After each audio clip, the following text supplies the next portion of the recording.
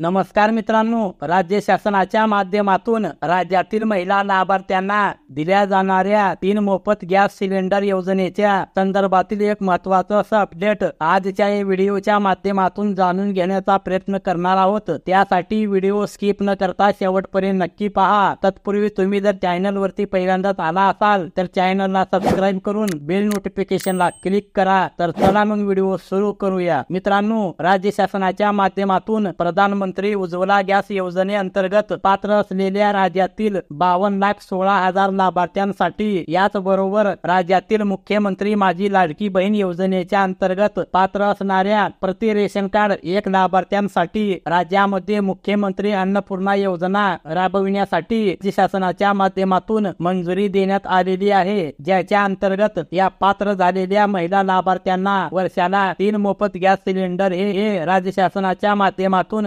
अनुदानावरती दिले जाणार आहेत। मित्रांनो, या योजनेचा GR निर्गमित करण्यात आलेला आहे। ही योजना राबविण्यासाठी मंजुरी देण्यात आलेली आहे। याच्यासाठी लाभार्थी पात्रतेची निवड करण्यासाठी प्रक्रिया आता सुरू झालेली आहे। मात्र हे सर्व होत असतानाच अन्न व पुरवठा विभागाच्या माध्यमातून या पात्र महिला लाभार्थ्यांना एक महत्त्वाचं असं आवाहन करण्यात आलेलं आहे। मित्रांनो, जास्तीत जास्त महिला लाभार्थ्यांना गॅसची ई-KYC करण्यासाठी आवाहन करण्यात आलेलं आहे। महिला लाभार्थ्यांचे जे काही DBTच्या माध्यमातून अनुदान वितरण केलं जात आहे, याला बँक खात्याला आधार कार्ड लिंक करण्यासाठी सांगितलं जात आहे। याच पार्श्वभूमीवरती आता अन्न व पुरवठा विभागाच्या माध्यमातून देखील या मुख्यमंत्री अन्नपूर्णा योजनेच्या अंतर्गत 3 मोफत गॅस सिलेंडर योजनेचा लाभ घेता येण्यासाठी या योजनेचा सुलभ लाभ घेता यावा, यासाठी ज्या लाभार्थ्यांनी आपले गॅस सिलेंडर त्या वितरकाकडून घेतले आहेत, अशा संबंधित गॅस एजन्सीकडे भेटून आपली ई-KYC करून घ्यावी। याचबरोबर ज्या लाभार्थ्यांनी आपल्या बँक खात्याला